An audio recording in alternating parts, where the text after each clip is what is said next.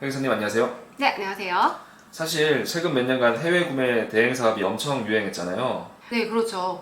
최근 직장인들의 유행어가 유튜브 할까? 구매 대행 할까? 이거였죠. 네. 그런데 해외 구매 대행 사업이라는 것이 사실 정확히 어떤 절차를 배워서 하기보다는 인터넷이나 유튜브를 보고 시작하는 분들이 많잖아요. 네, 그렇죠. 그래서 세금 관련해서는 자세히 아는 분이 좀 적은 것 같아요. 네, 맞습니다. 그래서 오늘은 해외 구매 대행업을 시작하시려는 분들, 계획 중이신 분들을 위해서 세금 폭탄을 안 맞는 노하우에 대해서 설명을 드리도록 하겠습니다. 해외 구매 대행 사업은요, 최근 5년간 굉장히 가파른 성장을 거듭했는데요.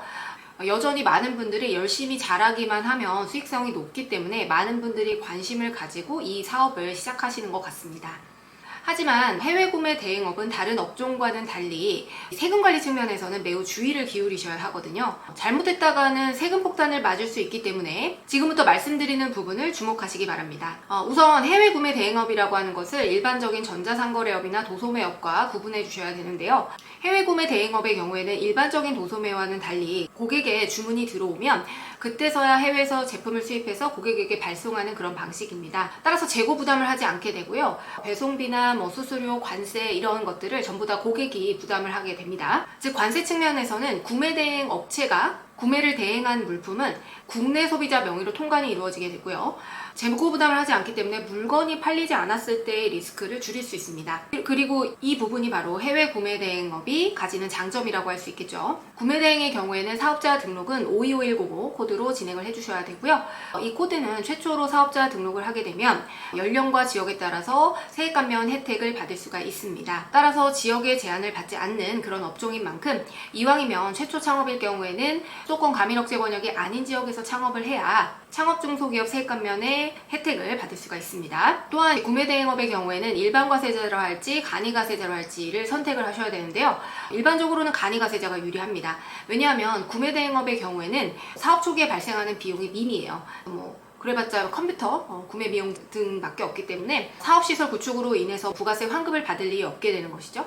따라서 자리 잡을 때까지는 초기 매출이 발생을 할 때 악착같이 세금을 무조건적으로 줄여야 됩니다. 그렇기 때문에 간이가세자로 사업자 등록을 하시는 것을 추천드립니다. 그리고 구매대행업의 경우에는요, 반드시 매출에 대한 관리가 필수적인데요. 예를 들어 해외에서 물건을 70원에 사와서 고객에게 100원에 판다, 이렇게 가정을 해보겠습니다.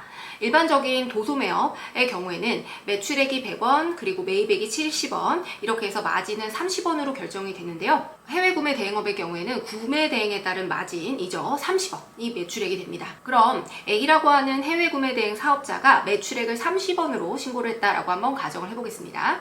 그런데 문제는요, 국세청에서 네이버 스토어팜이나 쿠팡 등의 이런 온라인 플랫폼 사업자로부터 매출액을 보고받을 때는 100원의 매출액으로 보고를 받게 되어 있어요. 따라서 국세청 입장에서는 온라인 플랫폼에서는 100원의 매출이 보고가 되었는데 A라고 하는 사업자가 매출액을 30원만 신고를 했네? 그렇다면 70원의 차이가 발생하는 이유는 뭐니? 라고 해명자료 안내문을 보내게 되겠죠.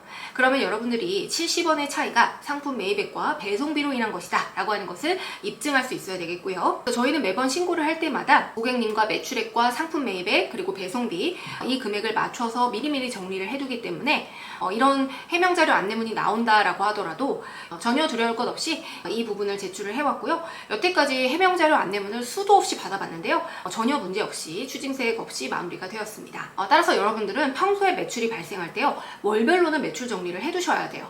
쿠팡이나 스토어팜 등과 같은 이런 온라인 플랫폼으로부터 수령하는 이런 정산 내역을 기준으로 해서 각 매출 건별로 상품 매입액과 배송비 금액이 얼마인지를 정리해 두셔야 되는 것이고요. 조금 더 편하게 관리를 하시기 위해서는요, 상품 매입액과 배송비를 사용하는 전용 카드 혹은 전용 통장을 개설해 두시는 것을 추천드립니다.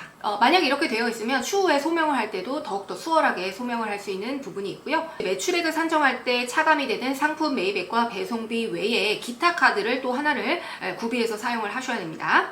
이렇게 함으로써 매출액에서 차감되는 비용들, 상품 매입액과 배송비가 중복으로 비용 공제가 되지 않도록 하는 그런 효과를 가져올 수가 있게 되고요. 결론적으로 총 3개의 카드를 만드셔야 되는 것이죠. 그런데 만약에 카드를 여러 개 만들기가 어렵다, 초기 사업자에 해당되기 때문에 카드 개설이 어렵다라고 하게 되면 최소한 2개의 카드, 즉 하나는 상품 매입과 배송비 전용 카드와 그리고 기타 카드로 구분해서 사용하시는 것을 추천드립니다. 매출액은 구매자가 총 결제한 금액에서 상품 매입액과 배송비, 관세 등을 차감한 금액으로 결정되게 됩니다. 이 외에 세금 관리는요, 뭐 인건비를 신고하고 적격증명을 수취하고 이런 부분은 전부 다 다른 업종과 차이가 없이 동일하다라고 생각하시면 되겠습니다.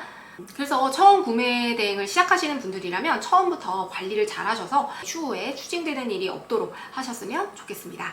그럼 오늘도 유용한 절세미니였습니다. 감사합니다. 안녕.